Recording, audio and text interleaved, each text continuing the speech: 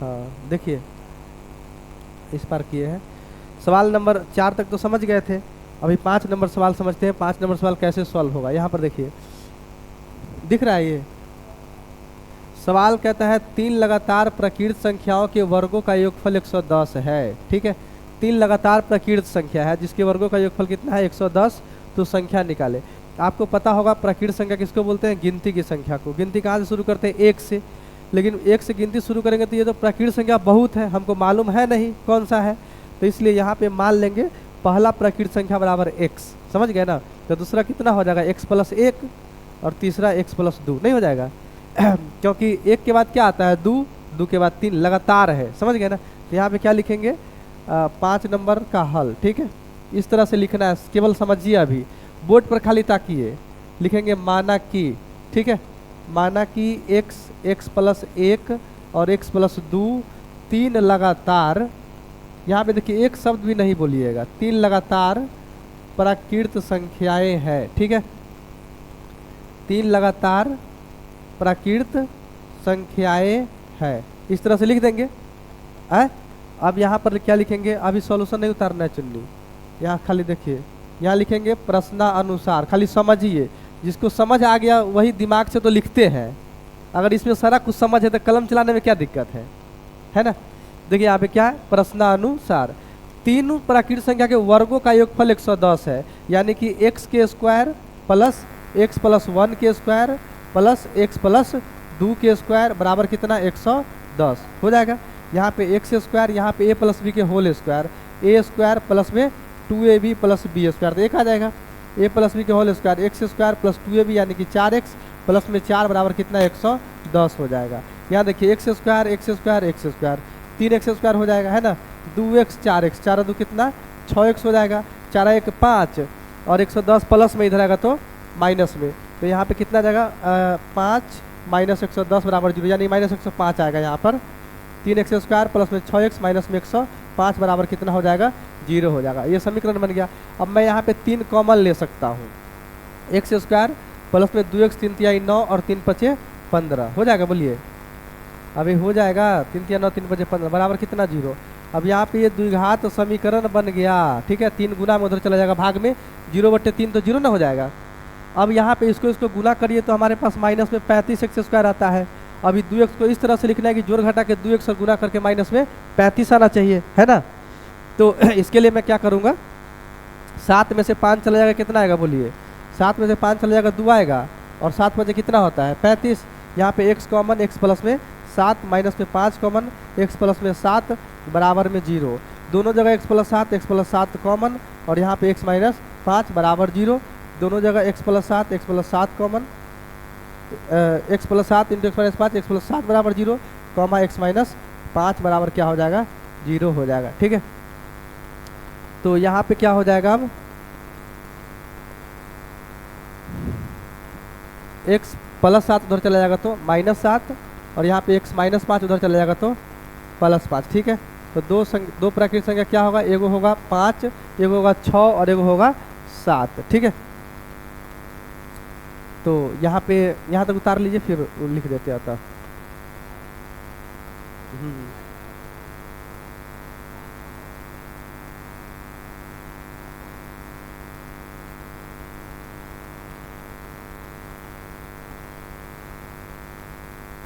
हो गया है, यहाँ में 5 है ना, प्राकृतिक संख्या 1 से शुरू करते हैं ना गिनना, नहीं उतारे, सुनिए ना, उतार लीजिएगा। यहाँ पे माइनस वाला आंसर नहीं होगा, यहाँ पे प्लस वाला आंसर होगा, क्योंकि प्राकृतिक संख्या प्लस से शुरू करते हैं, 1 2 3 4, है ना, इसलिए पहला संख्या क्या होगा 5, x माने थे ना, और दूसरा 5 है 1 6, तीसरा 5 है 2 7, है ना। अतः 5 6 7 3 लगातार प्राकृत संख्याएं है, हो जाएगा। बोलिए ये सवाल बन गया। आगे बढ़ते हैं, अगला सवाल समझते हैं कैसे सॉल्व होगा। यहाँ देखिए,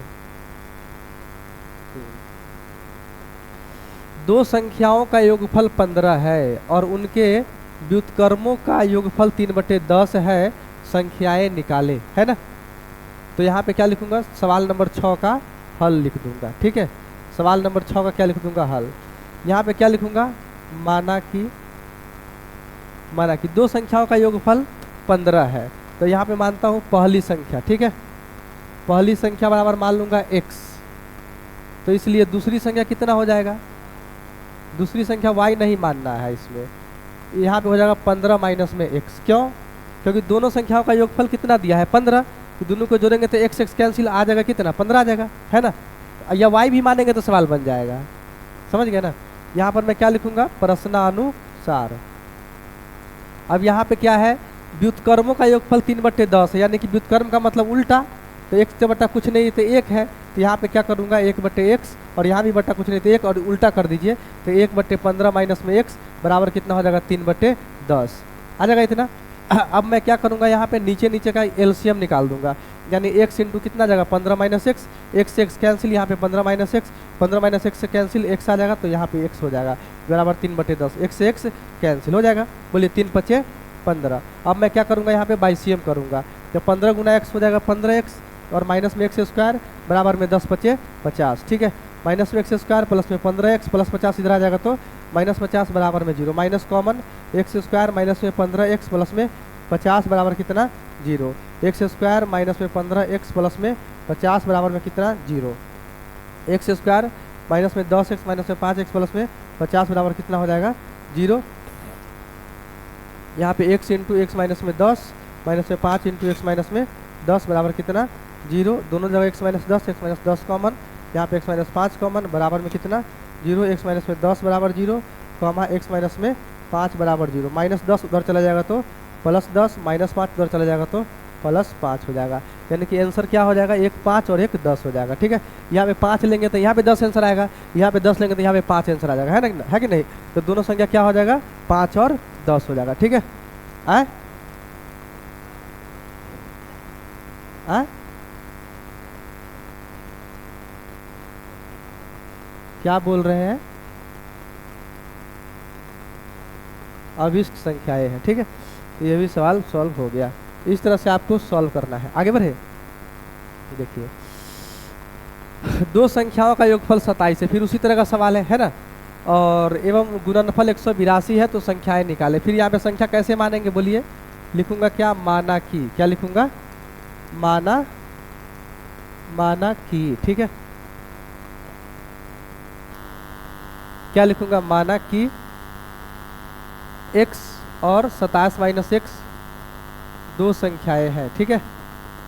अरे इस तरह से लिखूंगा, 127 माइनस एक्स क्यों लिया हूँ, क्योंकि दोनों का जोड़ कितना बोल रहा है 27 है। हाँ, यहाँ पे क्या लिखूंगा, प्रश्नानुसार, क्या बोल रहा है, दोनों का गुणनफल कितना है बोलिए 182, कितना है, तो इस तरह से लिख दूंगा। यहाँ पे आ जाएगा कितना 27x माइनस में x² प्लस 182 इधर आ जाएगा तो -182। अब यहाँ पे सजा के लिख लूँगा इस तरह से, ठीक है। अब माइनस कॉमन x² माइनस में 27x प्लस में 182 बराबर कितना 0, ठीक है, x² माइनस में 27x प्लस में 182 बराबर कितना 0, ठीक है। अब यहाँ पे कैसे करूँगा तो 182 आ जाएगा, बोलिए 15 दाही के 15 10 25 है ना, नहीं होगा, 182 का गुणनखंड करता हूँ मैं, 13 7 है ना, 7 से 13 7 91, 14 और 13 में 1 टूट जाएगा, समझ गए, -14x माइनस में 13x प्लस में 182 बराबर 0, 14 से 13 में गुना करिएगा तो 182 आ जाएगा, ठीक है।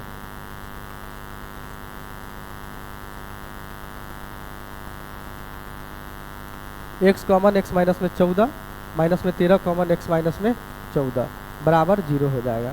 अब यहाँ पे x माइनस में 14 कॉमन x माइनस में 13 कॉमन बराबर 0, यहाँ पे x माइनस 14 बराबर 0 कॉमा x माइनस 13 बराबर 0, माइनस में 14 उधर चला जाएगा तो प्लस में 14, माइनस में 13 उधर चला जाएगा तो प्लस में 13 आंसर हो जाएगा, ठीक है।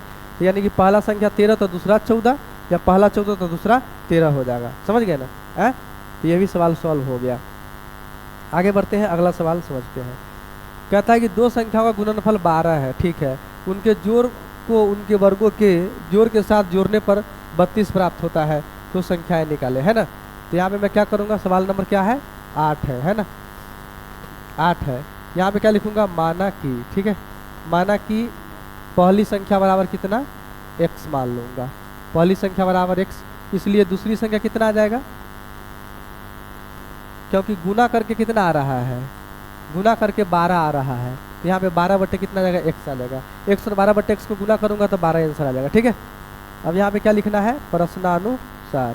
प्रश्न क्या कहता है, उनके वर्गों को उनके जोड़ के साथ, उनके जोड़ को यानी कि एक्स प्लस 12 बट्टे एक्स उनके वर्गों के जोड़ के साथ जोड़ने पे, उनके वर्गों के जोड़ के साथ जोड़ने पर एक्स स्क्वायर प्लस में 12 बट्टे एक्स के होल स्क्वायर। ठीक है, ऐसे होगा, बराबर कितना हो जाता है 32। इसको सॉल्व करना है ना, तो ये ऐसे नहीं सॉल्व होगा, इसको थोड़ा दिमाग लगाना पड़ेगा। ए स्क्वायर प्लस बी स्क्वायर है और प्लस में 2ab यानी 2 गुना एक्स गुना क्या करना पड़ेगा 12 बटे एक्स, और 2ab घटाना भी पड़ेगा क्योंकि मन से जोड़ेंगे तो घटाना भी पड़ेगा।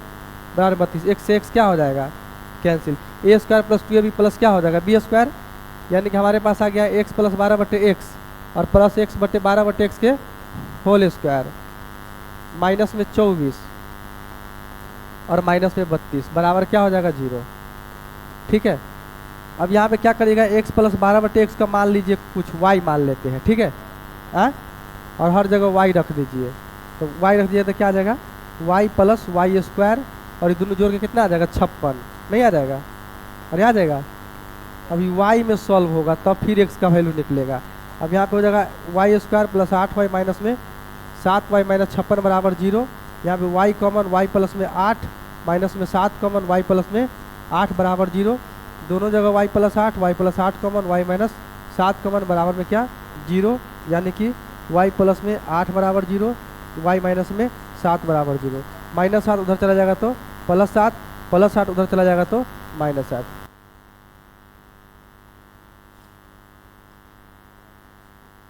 हो गया ना पूरा मिटा दे।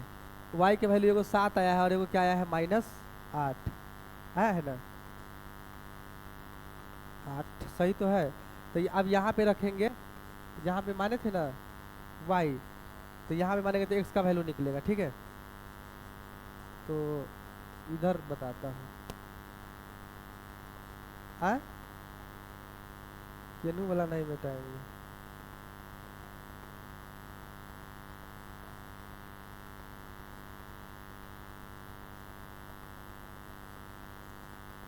जा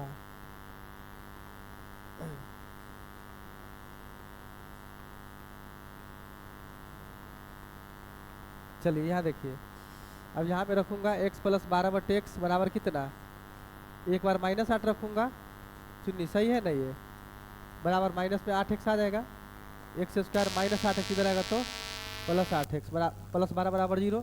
बोलिए 6 2 और 6 दूना, तो यहाँ से x का 2 का वैल्यू निकल जाएगा, अरे निकल जाएगा कि नहीं निकल जाएगा, दोनों जगह x प्लस 6 कॉमन, यहाँ पे x प्लस 2 बराबर कितना 0, x प्लस 6 बराबर 0 कॉमा x प्लस 2 बराबर 0, प्लस 6 उधर चला जाएगा तो -6, प्लस 2 उधर चला जाएगा तो -2, नहीं हो जाएगा। अब एक बार x का वैल्यू कितना, y का वैल्यू कितना लेना है 7, कितना लेना है ना, तो x प्लस 12 बटे एक्स बराबर में 7। अब यहाँ पे क्या करूँगा, एक्स स्क्वायर प्लस में 12 बराबर में 7x प्लस 7x इधर आएगा तो -7x प्लस 12 बराबर 0। बोलिए 4 3 और 4 तिहाई 12।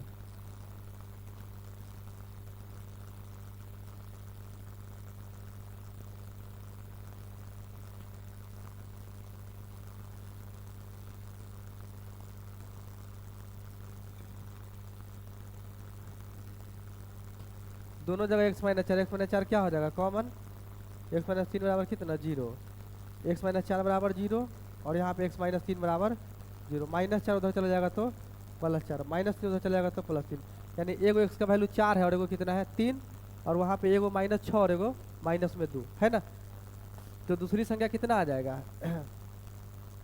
4 3 या क्या हो जाएगा -6 -2 x का वैल्यू है ना, और दूसरा संख्या कितना है 12 बटे x है, तो 12 बटे एक्स में रखिए वैल्यू, तो 12 बटे 4 और कॉमा 12 बटे 3 यानी 3 चौका 12 4 तिहाई 12, 3 4 आ जाएगा, या फिर -6 -2 रखो, 2 छक 12 6 दूना 12, -2 और माइनस में 6 आ सकता है ना, तो यहाँ पे आंसर कितना होगा 3 4 या -2 -6 दूसरी संख्या है ना, लिख लीजिए।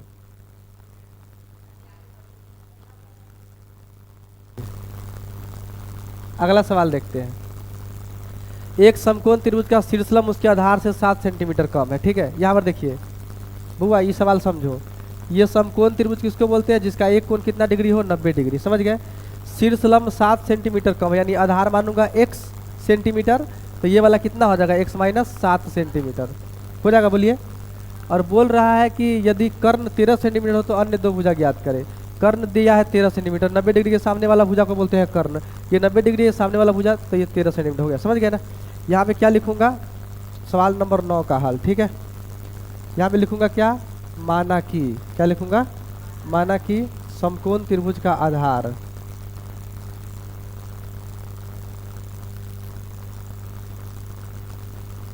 BC बराबर कितना? 1 सेंटीमीटर है, इसलिए शीर्षलंब कितना हो जाएगा चुन्नी? शीर्षलंब हो जाएगा x - 7 सेंटीमीटर हो जाएगा ना। और कर्ण दिया है, शीर्षलंब AB है, ठीक है। कर्ण AC कितना है? 13 सेंटीमीटर है ना। यहाँ पर क्या लिखूंगा? पाइथागोरस परिमेय से। पाइथागोरस प्रमेय क्या होता है? कर्ण स्क्वायर बराबर लंब स्क्वायर प्लस आधार स्क्वायर, यानी AC स्क्वायर बराबर AB square plus BC square. AC का वैल्यू कितना है? 13 सेंटीमीटर का स्क्वायर बराबर AB का वैल्यू कितना है? AB का वैल्यू x - 7 सेंटीमीटर के स्क्वायर है ना। अरे हो जाएगा, बोलिए। प्लस BC कितना है? 1 सेंटीमीटर, x स्क्वायर और सेंटीमीटर स्क्वायर। यहाँ भी सेंटीमीटर स्क्वायर, यहाँ भी सेंटीमीटर स्क्वायर, यहाँ भी सेंटीमीटर स्क्वायर आएगा, तो ये वाला कैंसिल हो जाएगा, ठीक है। तो यहाँ पे 13 के स्क्वायर कितना आ जाएगा बताओ? 169। कितना आएगा? 169। a - b के whole square, a square - 2ab, तो 7 दूना कितना आ जाएगा? 14x प्लस में 7 7 49 प्लस में x स्क्वायर हो जाएगा। अभी मैं डंटी चेंज कर लेता हूँ, इधर का जितना चीज़ है सब इधर लिख लेता हूँ, है ना, और इधर का उधर। x स्क्वायर कितना? x square 2x square minus में 14x प्लस में 49 प्लस 169 इधर आएगा तो -169 बराबर कितना? 0। 2x स्क्वायर माइनस में 14x, 9 में से 9 चला जाएगा कितना? 0। 14 में से 6 चला जाएगा तो 8, 80 हो जाएगा, बोलिए। 2x स्क्वायर माइनस में 7x माइनस में 80 बराबर 0 भी है, तो बराबर 0। x स्क्वायर माइनस में 12x प्लस में 5x माइनस में 80 बराबर कितना? 0। x कॉमन है ना,